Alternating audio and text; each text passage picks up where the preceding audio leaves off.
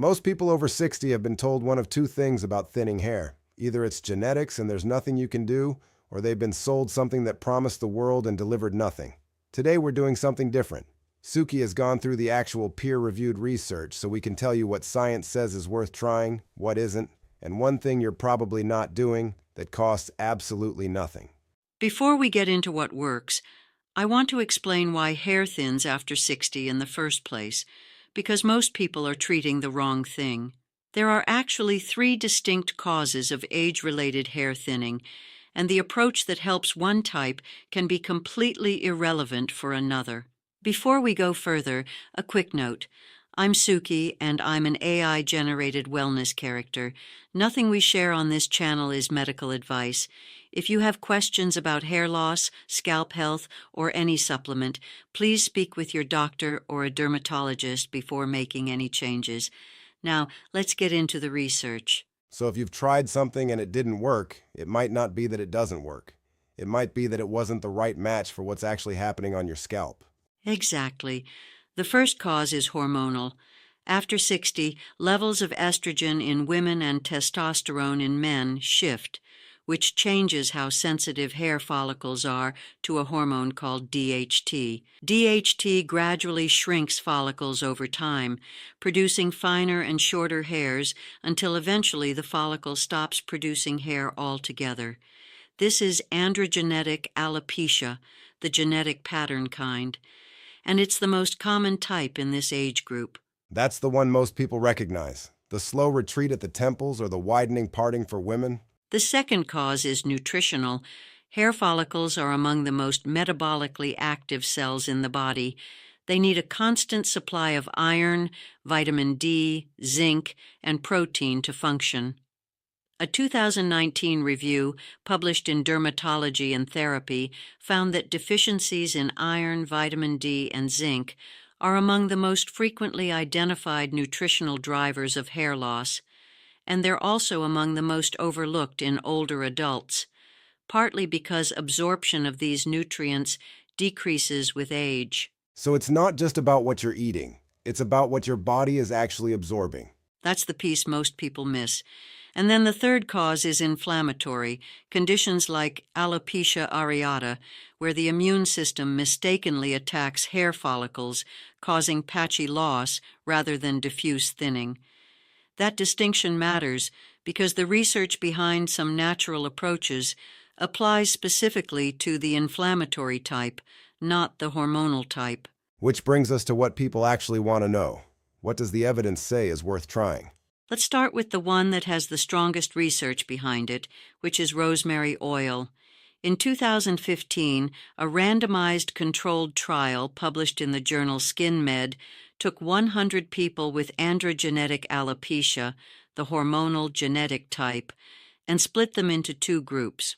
One group applied rosemary essential oil to their scalp twice daily. The other group applied minoxidil 2%, which is the standard over-the-counter medication for hair loss. After 6 months, both groups showed a comparable increase in hair count.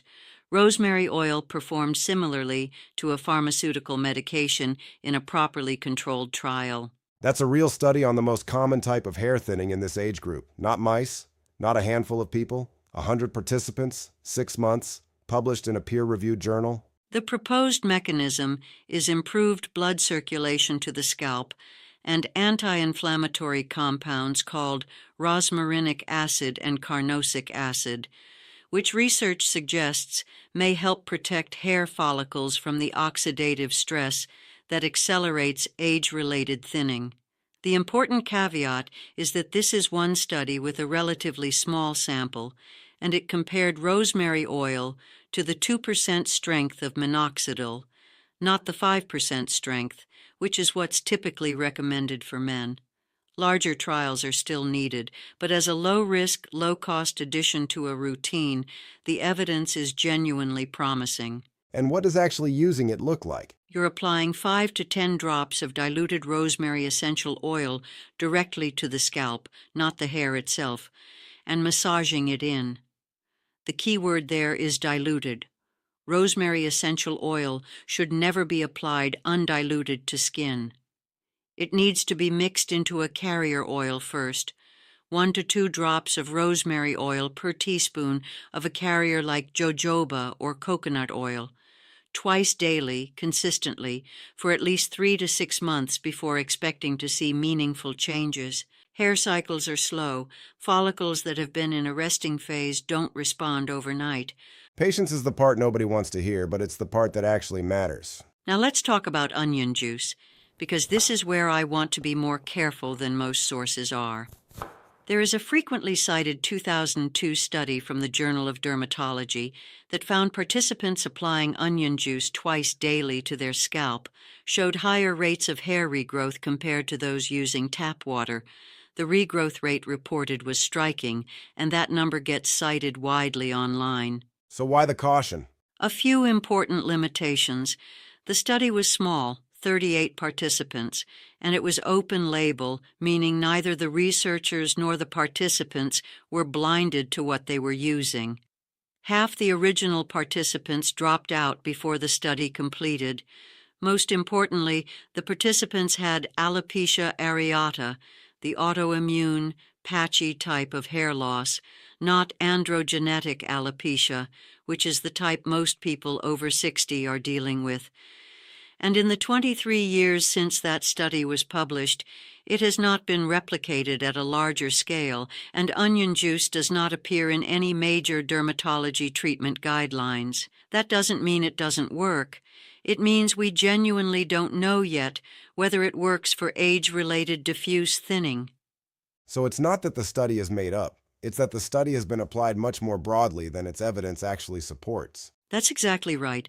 The proposed mechanism does have biological logic behind it. Onions are high in sulfur compounds that are building blocks of keratin, the protein that makes up the hair shaft. They also contain quercetin, which has documented anti-inflammatory properties. If your hair thinning has an inflammatory component, there's a plausible reason it might help. If it's purely hormonal, the evidence is much thinner. Our position is that it's worth knowing about, worth trying if you're curious about a natural option, but worth approaching with realistic expectations rather than dramatic promises. And if someone does want to try it, what does the preparation actually look like? It's straightforward. Blend 1 red onion. Red onions have the highest quercetin content. Strain out the pulp through a cheesecloth or fine mesh and apply the juice to your scalp. Massage it in for a couple of minutes, leave it for 30 minutes to 1 hour, then shampoo twice to remove the smell completely. Twice a week. It's inexpensive, accessible, and low risk for most people. The main side effect reported is contact dermatitis in people with sensitive skin, so a patch test on your inner arm first is sensible. And the third thing, the one you said costs nothing? Scalp massage. And I want to spend a moment on this because it's the most overlooked and the most accessible. A 2016 study published in the journal ePlasty had 9 men perform 4 minutes of standardized scalp massage daily for 24 weeks. At the end of the study, hair thickness had measurably increased. The researchers proposed that the mechanical stretching force from massage directly stimulates the dermal papilla cells, the cells that are essentially the command center for each hair follicle, telling it whether to grow, rest, or shed. 4 minutes a day, that's it? 4 minutes a day, consistently. A 2019 follow-up survey study of nearly 340 people with androgenetic alopecia who performed self-massage twice daily found that 69% reported either stabilized hair loss or increased hair growth after an average of 8 months. These are survey results with inherent limitations, not a controlled trial, but the convergence with the mechanistic research is encouraging, and the risk is zero. You're not applying anything, you're not spending anything. Firm fingertip pressure across the entire scalp, slow circular movements for 4 minutes. When we look at all 3 of these together, rosemary oil, onion juice with the right expectations, and daily scalp massage, what's the honest summary? None of these are replacements for a conversation with your doctor, particularly if your hair loss has been rapid, is associated with scalp inflammation or pain, or has changed significantly in a short period. Those are signs that need professional evaluation.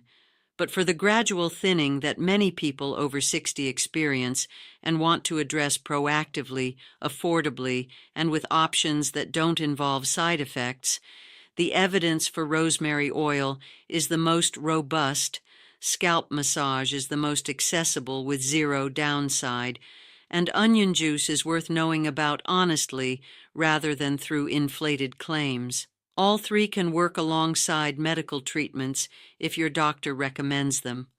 None of them should replace a conversation about your actual cause of hair loss first. Get your vitamin D and iron levels tested if you haven't recently. A simple blood panel can tell you whether a deficiency is a factor, and that's the kind of thing that's genuinely reversible with the right support. If you found this useful, the like button helps more people find it. Subscribe and turn on notifications. Next week, Suki is going into the specific nutrients that research most consistently links to hair health after 60 and what food sources actually deliver them. See you then.